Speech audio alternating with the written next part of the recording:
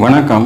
மனம் கவர்ந்த பங்குச்சந்தை அப்படிங்கிற இந்த தொடரில் வார இறுதி நாட்களில் நம்ம கமாடிட்டிஸில் கோல்டு, சில்வர் மற்றும் க்ரூட் ஆயில், அதே மாதிரி பங்குச்சந்தையில் நிஃப்டி மற்றும் அதனுடைய செக்டார்ஸ்களை பற்றி நம்ம வழக்கமாக பார்த்துக்கிட்டு வரோம். இந்த வாரம் எப்படி செயல்பட்டது, அடுத்த வாரம் எப்படி செயல்பட வாய்ப்புகள் இருக்குது அப்படிங்கிறத நம்ம பார்க்குறதுக்கு முன்னாடி புதிதாக இணைந்துள்ள அத்தனை நல்ல உள்ளங்களுக்கும் என்னுடைய மனமார்ந்த நன்றிகள். உங்களுடைய லைக்ஸ், கமெண்ட்ஸ் மற்றும் சப்ஸ்கிரிப்ஷன் மூலிமா நீங்கள் கொடுத்துட்டு வர ஆதரவுக்கு மிக்க நன்றி. இந்த வாரம் வழக்கம் போலவே நம்ம கமாடிட்டிஸ்லேருந்தே ஆரம்பித்து பார்க்கலாம். அதில் முதல்ல கோல்டு இந்த வாரம் எப்படி செயல்பட்டிருக்கு அப்படின்னா, கிட்டத்தட்ட ஒரு சைட்வேஸில் தான் இந்த வாரம் இருந்திருக்கு. ரொம்ப மிகப்பெரிய மாற்றங்கள் அப்படிங்கிறது இந்த வாரத்தில் வரலை. 2335 அப்படிங்கிற இந்த லெவலில் தற்சமயம் வெள்ளிக்கிழமை இரவு 10-20 மணிக்கு ட்ரேடிங் நடந்துக்கிட்டு இருக்கு.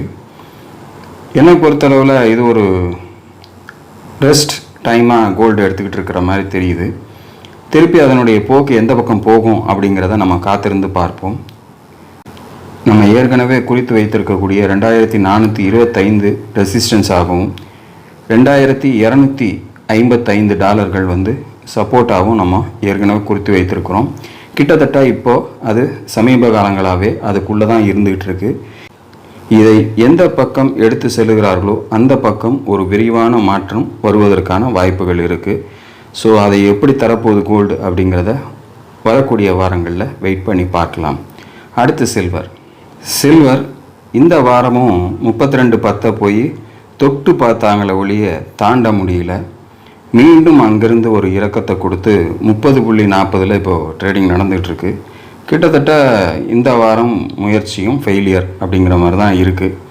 ஸோ என்ன செய்ய போகுது அப்படிங்கிறத வரக்கூடிய வாரத்தில் நம்ம வெயிட் பண்ணி பார்ப்போம். 28.40 தான் மிகப்பெரிய இப்போ சப்போர்ட்டாக இருந்துகிட்டு இருக்கு. மேலே 32.10 கடக்கும்போது நமக்கு அடுத்தபடியாக 35.90 நமக்கு சில்வரில் வர்றதுக்கான வாய்ப்புகள் இருக்குது. ஒரே விஷயம், இந்த 2 லெவல்களை நம்ம கொடுத்தாலும் கூட மனசார நமக்கு தோணக்கூடிய விஷயம் என்னென்னா, சில்வரும் கோல்டும் எவ்வளவு இறக்கம் வந்தாலும் மீண்டும் அதனுடைய பயணத்தை மேல் நோக்கி வேகமாக கொண்டு செல்லும் அப்படிங்கிறதுல எந்த தயக்கமும் எனக்கு இல்லை. நீங்கள் உங்களுடைய முடிவுகளை நீங்கள் எடுத்துக்கங்க. ஆனாலும் கூட நான் ஏற்கனவே பலமுறை சொன்னதை தான் திருப்ப சொல்கிறேன். சில்வரை $20 இருக்கும்போதே அது இரட்டிப்பாகக்கூடிய வாய்ப்பு இருக்கக்கூடிய ஒரு பொருளாக நான் சொன்னேன். அது கிட்டத்தட்ட இப்போ $32 வந்திருக்கு. $12 ஏறி இருக்குது. இன்னொரு $8 தான் அதில் எனக்கு மேலே போய் நான் எதிர்பார்த்த விஷயத்தை நடக்கணும். அதே மாதிரி கோல்டும் நல்ல ஒரு ஏற்றத்தை தரும் சொன்னேன், நடந்திருக்கு. இன்னமும் ஏறக்கூடிய வாய்ப்பு இருக்குது அப்படிங்கிறது தான் என்னுடைய எண்ணம். அது வரக்கூடிய வாரங்களில் வாய்ப்பை தருதா அப்படிங்கிறத நம்ம பார்ப்போம். நல்லதே நினைப்போம். அடுத்து க்ரூட் ஆயிலை பார்ப்போம். க்ரூட் ஆயில் இந்த வாரமும் ஒரு பெரிய மாற்றமும் ஒன்றும் இல்லை. $80 $76 தான் இன்னும் அது பயணித்துட்டு இருக்கிறத பார்க்க முடியுது. இன்னும் அதனுடைய போக்கு எந்த பக்கம் அப்படிங்கிறத முடிவு செய்யாமல் இருந்துகிட்டு இருக்கிறத நம்ம பார்க்க முடியுது. பார்ப்போம், எப்போது அது 82 அல்லது 72 உடைக்க முயற்சி செய்தோ அப்போ தான் இதில் அடுத்த மாற்றத்தை பற்றி சிந்திக்க முடியும். அது வரைக்கும் இது உள்ளே இருக்கிற வரைக்கும் நம்ம பெருசாக இதில் ஒரு சிந்தனையை கொண்டு போகிற அளவில் ஒன்றும் இல்லை. வெயிட் பண்ணி பார்ப்போம். அடுத்து நிஃப்டி மற்றும் அதனுடைய செக்டார்ஸுகளை பற்றி பார்த்துடலாமா? நிஃப்டி போன வாரம் ஒரு பிரேக் அவுட்டை கொடுத்து போன வெள்ளிக்கிழமை அதனுடைய க்ளோசிங் பார்த்தீங்க அப்படின்னா கிட்டத்தட்ட 22,957 க்ளோசிங் இருந்துச்சு. 22,800 தான் அதற்கு முன்னாடி உச்சமாக இருந்தது. அதை தாண்டி மேலே போயிடுச்சு. ஒரு ஆவரேஜாக நான் சொல்லக்கூடிய விஷயம். ஆனாலும் அடுத்த வாரம் அதனுடைய ஏற்றமானது வேகமாக இருந்தால் 23,110 தாண்டி கூட செல்ல வாய்ப்புகள் இருக்கும்னு எதிர்பார்த்தது. ஆனால் 23,110 அப்படிங்கிறத திங்கட்கிழமை அன்னைக்கு மட்டும்தான் முதல்ல போய் டச் பண்ணாங்க.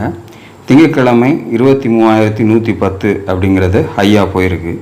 அன்னைக்கே ஒரு ப்ராஃபிட் புக்கிங்கோட 22,932 க்ளோசிங் நடந்திருக்கு. ஒரு ரெசிஸ்டன்ஸ் ஏரியா வரும்போது அதனுடைய ரியாக்ஷனை அன்றைக்கே மார்க்கெட் காமிச்சிருச்சு. அதனுடைய இம்பேக்ட் இன்றைக்கி வெள்ளிக்கிழமை க்ளோசிங் பார்த்தீங்க அப்படின்னா 22,530 கொண்டு வந்து நிறுத்தியிருக்காங்க. அதாவது நம்முடைய கீழே இருக்கக்கூடிய சப்போர்ட்டான 22,490 நேற்று ஆல்மோஸ்ட் அதற்கு கீழே போயிட்டு க்ளோசிங் மட்டும் அது நெருக்கத்தில் கொடுத்தாங்க. 22,488 நேற்று க்ளோசிங்கு. இன்றைக்கி கொஞ்சம் அப்படி ஒரு சின்னதாக ஒரு 30 புள்ளிகள் மேலே ஏற்றி நிறுத்தி இன்றைக்கி க்ளோசிங் கொடுத்துருக்காங்க. ஸோ நிஃப்டியை பொறுத்தளவில் அந்த ட்ரெண்ட் லைனுக்கு மேலே தாண்டியும் போகலை, நம்முடைய அடுத்த ரெசிஸ்டன்ஸை கட் பண்ணியும் போகலை.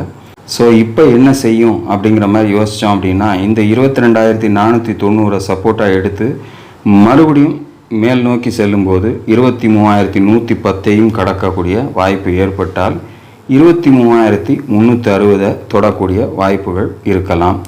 அப்படி அந்த 23,360 தொடும்போது இந்த பேரலேருந்து அது பிரேக் அவுட் ஆகி வெளில போகக்கூடிய ஒரு சந்தர்ப்பத்தை ஏற்படுத்தி கொடுத்துரும். அப்படி கொடுத்துச்சு அப்படின்னா ஒரு ஃப்ரெஷ் பிரேக் அவுட் இதில் கிடச்சி நல்ல ஒரு ஃபாஸ்ட் மூவிங்கோட 24,310 தொடர்றதுக்கான வாய்ப்புகள் வரலாம். இதெல்லாம் ரெசிஸ்டன்ஸ் ஏரியாஸ். ஸோ நீங்கள் அதை மைண்டில் வச்சுக்கோங்க. இன்கேஸ் இந்த 22,490 கட் பண்ணி கீழே வரும்போது எனக்கு தெரிஞ்ச அளவில் 22,000 தாண்டும் போது வீக் ஆவதற்கான சந்தர்ப்பங்கள் ஏற்பட்டுரும். அது ஒருவேளை வரக்கூடிய செவ்வாய்க்கிழமை இந்த பாராளுமன்ற எலெக்ஷனுடைய ரிசல்ட்ஸ் வர்றதுனால இப்படியும் இருக்கலாம் அப்படியும் எதுவும் இருக்கலாம்ங்கிறதுனால நம்ம ரெண்டு பக்கமும் கணக்கிட்டு நம்ம பார்த்து வச்சுக்கிறது நல்லது. அந்த வகையில் 22,000 கட் பண்ணி வரும்போது 21,840 முக்கியமான சப்போர்ட்டாக இருக்கும். அதையும் உடைக்கும் போது நமக்கு அடுத்தடுத்த சப்போர்ட் ஏரியாஸுக்கு தாண்டி போகிறதுக்கும் சான்சஸ் ஆகிடும்.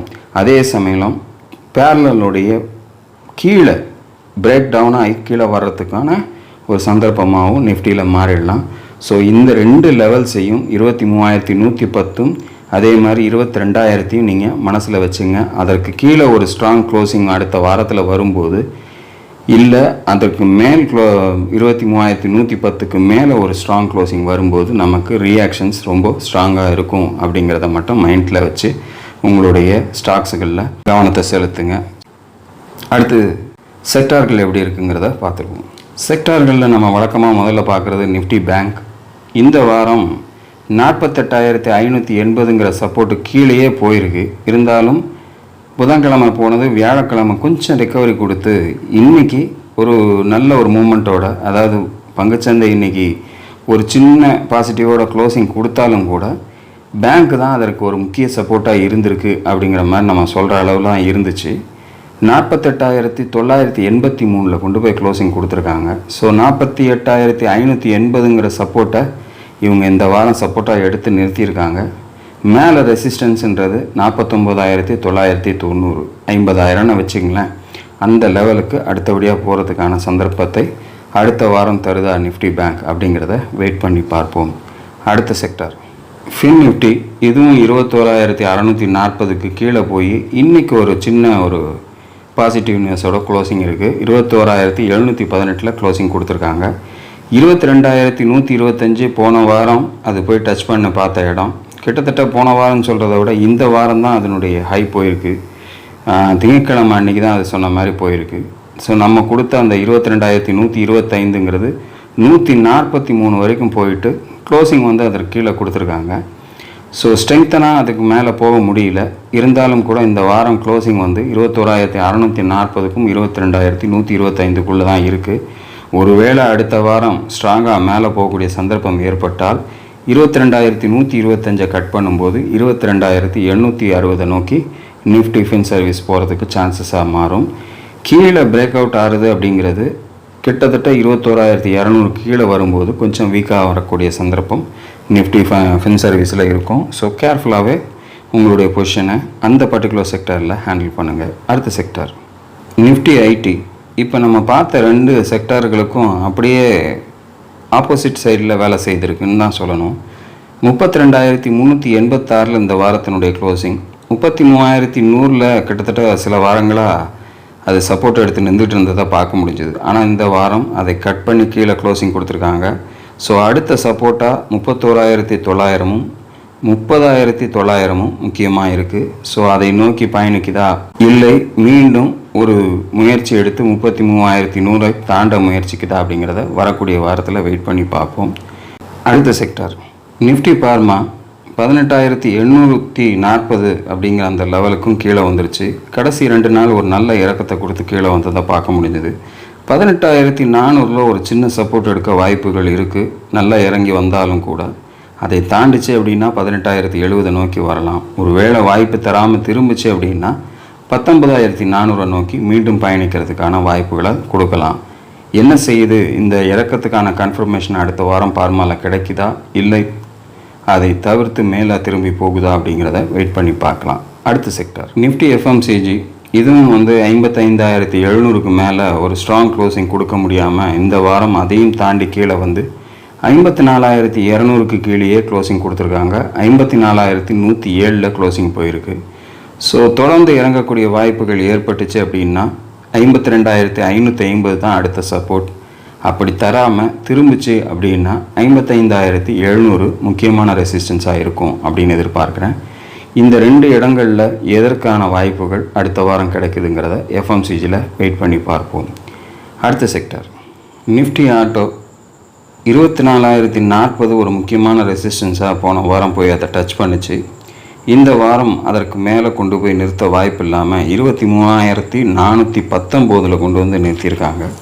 ஸோ சப்போர்ட்டுன்னு பார்த்தீங்கன்னா 22,930 தான். அதை நோக்கி வருதான்னு பார்ப்போம். அப்படி இல்லை அப்படின்னா ஒரு திருப்பம் ஏற்பட்டால் 24,040 கட் பண்ணும்போது நமக்கு அடுத்தபடியாக 24,490 வரைக்கும் நிஃப்டி ஆட்டோவில் சான்சஸ் இருக்குது.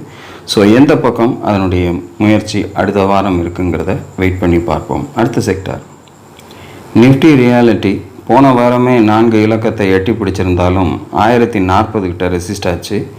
இந்த வாரமும் கிட்டத்தட்ட அதே இடத்துல ரெசிஸ்ட் ஆகி 1019 க்ளோசிங் இருக்குது. ஒரு மிகப்பெரிய மாற்றம் அப்படிங்கிறது இல்லாமல் ஒரு 1000 வரைக்கும் வந்து திரும்பி கொண்டு போய் நிறுத்தியிருக்கிறாங்க. ஒருவேளை அடுத்த வாரம் 1040 கட் பண்ணும்போது 1120 அடுத்த ரெசிஸ்டன்ஸாக இருக்கும். சப்போர்ட்டுன்னு பார்த்தீங்கன்னா 965 முக்கியமான சப்போர்ட்டாக இருக்கும். அடுத்த வாரம் ரியாலிட்டி எந்த பக்கம் பயணிக்குது அப்படிங்கிறத வெயிட் பண்ணி பார்ப்போம். அடுத்த செக்டர் நிஃப்டி மெட்டல். ஒரு தடுமாற்றத்தோட 9,805 9,805 கடந்து போன வாரம் நிறுத்தினாங்க. இருந்தாலும் அந்த ஏற்றமானது சஸ்டெயின் ஆகாமல் இந்த வாரம் 9,723 கொண்டு வந்து திருப்பி நிறுத்தியிருக்காங்க. மீண்டும் 9,805 கடக்காத வரை அது மேலே செல்வதற்கான வாய்ப்புகள் நமக்கு இல்லை.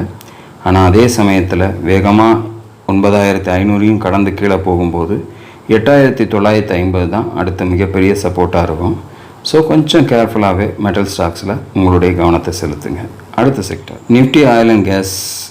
12,000 ஒரு முக்கியமான ரெசிஸ்டன்ஸாக பல முறை தடுக்கப்பட்டு இந்த முறையும் அதே மாதிரி தடுக்கப்பட்டு கிட்டத்தட்ட அடுத்த சப்போர்ட்டான 11,480 நெருக்கத்தில் வந்திருக்கு. இன்றைக்கும் அந்த லெவல் வரைக்கும் நெருங்கி வந்திருந்தாலும் க்ளோசிங் மட்டும் 11,625 கொண்டு போய் திருப்பி நிறுத்தியிருக்காங்க. ஸோ மீண்டும் 12,000 நோக்கி அதனுடைய பயணத்தை இந்த இடத்துலேருந்து தொடருதா, இல்லை அடுத்த வாரம் 11,480 கட் பண்ணுதா அப்படிங்கிறத நிஃப்டி ஆயில் அண்ட் கேஸில் வெயிட் பண்ணி தான் பார்க்கணும். என்ன செய்யுதுங்கிறத பார்ப்போம். இதுதான் இந்த வாரத்துக்கான செக்டாரல் லெவல்ஸ். போன வாரம் நிஃப்டி 23,000 புதிய உச்சமாக தொட்டு பார்த்த நேரத்தில் நமக்கு அடுத்தடுத்த கட்டங்களை போகுமா அப்படிங்கிற ஒரு ஆவலோடு இருந்த நேரத்தில் 23,110ங்கிற உச்சத்தை மட்டுமே, அதாவது நம்ம கொடுத்த அந்த ரெசிஸ்டன்ஸ் வரைக்கும் போய் டச் பண்ணிவிட்டு திரும்பி கீழே வந்து பழைய ஏரியாவுக்கு வந்து தன்னை நிறுத்திக்கிட்டதை நம்ம பார்க்க முடியுது. அதாவது 22,490ங்கிற சப்போர்ட்டுக்கிட்ட இப்போ கொண்டு வந்து நிறுத்தியிருக்காங்க இந்த வாரம் நிஃப்டி. ஸோ வரக்கூடிய வாரத்தில் எந்த பக்கம் பயணிக்க போகுது அப்படிங்கிறது ஒரு ஆச்சரியக்குறியான விஷயமாக தான் நமக்கு தெரியுது. இருந்தாலும் இந்த வாரம் செவ்வாய்க்கிழமை நான் சொன்ன மாதிரி பாராளுமன்ற எலெக்ஷனுடைய ரிசல்ட் இருக்குது. ஸோ அந்த ரிசல்ட்டுக்கான ரியாக்ஷன் செவ்வாய்க்கிழமை மார்க்கெட்டில் டெஃபினட்டாக இருக்கும். அது மட்டுமல்ல, அது முடிந்த பிறகும் நமக்கு ஒரு சில நாட்கள் அதனுடைய பாதிப்புகள் இருக்கும். இது மட்டுமே முக்கியமான விஷயமாக நம்ம பெருசாகவும் எடுத்துக்க முடியாது. இருந்தாலும் அந்த நேரத்தில் ஒரு மார்க்கெட் சென்டிமெண்ட்டுங்கிறது கொஞ்சம் இருக்கும்.